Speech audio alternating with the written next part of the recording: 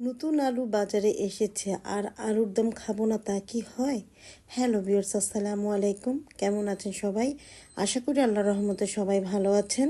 আলুর দমটা কিন্তু সকালের নাস্তা বা বিকেলের নাস্তা হিসেবে পরোটা বা রুটির সাথে কিন্তু বেশ ভালো লাগে। তো চলে যাচ্ছি মূল রেসিপিতে। এখানে আমি 1 বাটি পরিমাণের মতো আলু নিয়েছি। আলুটা পরিষ্কার করে ধুয়ে নিয়েছি, এরপর সিদ্ধ করে নিচ্ছি। এক পাশে রেখে দিয়ে এখন চুলায় একটি প্যান বসিয়ে দিচ্ছি, তেল দিয়ে দিচ্ছি পরিমাণ মতো। তেল দিয়ে দেওয়ার পরে এখানে পেঁয়াজের পরিমাণটা একটু বেশি দিয়ে দিচ্ছি, 1 মুঠ পরিমাণের মতো পেঁয়াজ দিয়ে দিচ্ছি, কুচানো পেঁয়াজ। এরপরে একটু হালকা করে ভেজে নেব আর দিয়ে দিচ্ছি এরপরে একটা টমেটো ছোট ছোট করে কেটে নিয়েছি।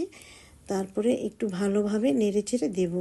টমেটোটা যখন নরম হয়ে আসবে তখন এক এক করে মশলাগুলো অ্যাড করে দিব। তার আগে কিছুটা পানি দিয়ে দিচ্ছি যাতে মশলাটা পুড়ে না যায়। 1/2 চা চামচের মতো হলুদের গুঁড়া, মরিচের গুঁড়াটা তার থেকে একটু বেশি পরিমাণে দেব।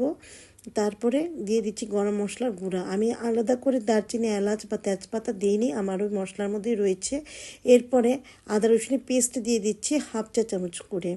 তারপরে একটু ভালোভাবে নেড়ে চেড়ে নেব আর লবণ দিয়ে দিচ্ছি স্বাদ অনুযায়ী। একটু ভালোভাবে নেড়ে চেড়ে তারপর সিদ্ধ করে রাখা আলুটা দিয়ে দিচ্ছি। এখানে কিন্তু আলুটা দিয়ে দেওয়ার পরে ভালোভাবে কষিয়ে নিতে হবে। আর এই আলুটা মানে দমটা কিন্তু বেশ ভালো লাগে, আমার কাছে ভালো লাগে। একটু ভেঙে ভেঙে দিচ্ছি। ভেঙে ভেঙে দিলে হয় কি, মানে মশলাটুকু আলুর ভিতরে যাবে, সেই জন্য আর কি। এরপরে দিয়ে দিচ্ছি টক, তেঁতুলের মাড় দিয়ে দিচ্ছি। দিয়ে দেওয়ার পরে দিয়ে দিচ্ছি জিরা গুঁড়া, সামান্য চিনি দিয়ে দিচ্ছি। এর ব্যালেন্সটা মানে সব দিক দিয়ে ঠিক থাকবে আর কি।